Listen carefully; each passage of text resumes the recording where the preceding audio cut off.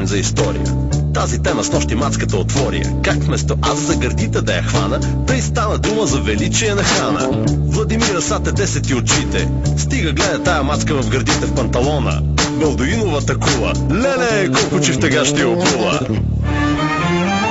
Момиче, виж как пред теб съм се разголил.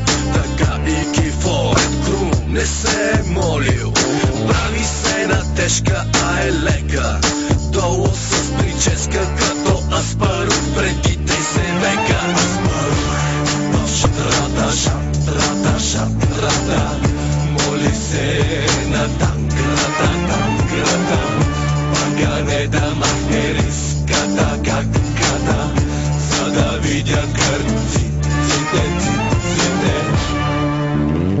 Трети курс, историчка, ходиш ли на косметичка. За тая работа, моля се, ще си самичка. Аз съм Ивайло Цар, имам страшен чар, но когато гледам в теб, все едно, че съм свинар. Дали си чела, какво е станало при Ахелой? Ще бъде същото без руска музика и бой. Ела, около късмета си, не дей да бягаш. Прабуга, ела в моята шатра да си лягаш. Аспарух, Аспарух в шатрата, шатрата, шатрата. Моли се на танкрата, танкрата.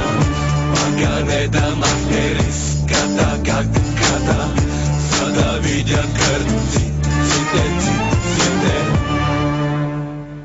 Хайде, пусни ме да мина метър. Не съм дал цар като Асен и Петър. Не просто секс, момиче, това е поход. Аз ще съм крум, ти ще си бърбишки проход. Дай да прочетем и урока за шишман. На нощна лампа без дълба, завити под юрган. Сега ако ще ми се правиш на Софиянка, дишай под вода, славянка.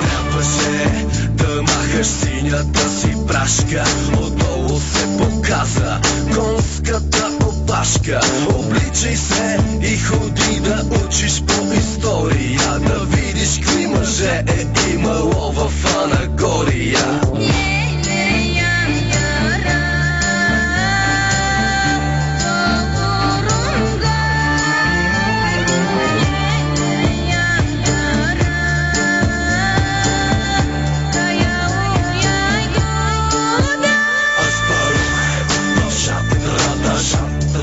Шатрата, моли се на танкрата, танкрата. Пагане да махне риската, каката, за да видя кърците, циците. Я дай пак. Аспарух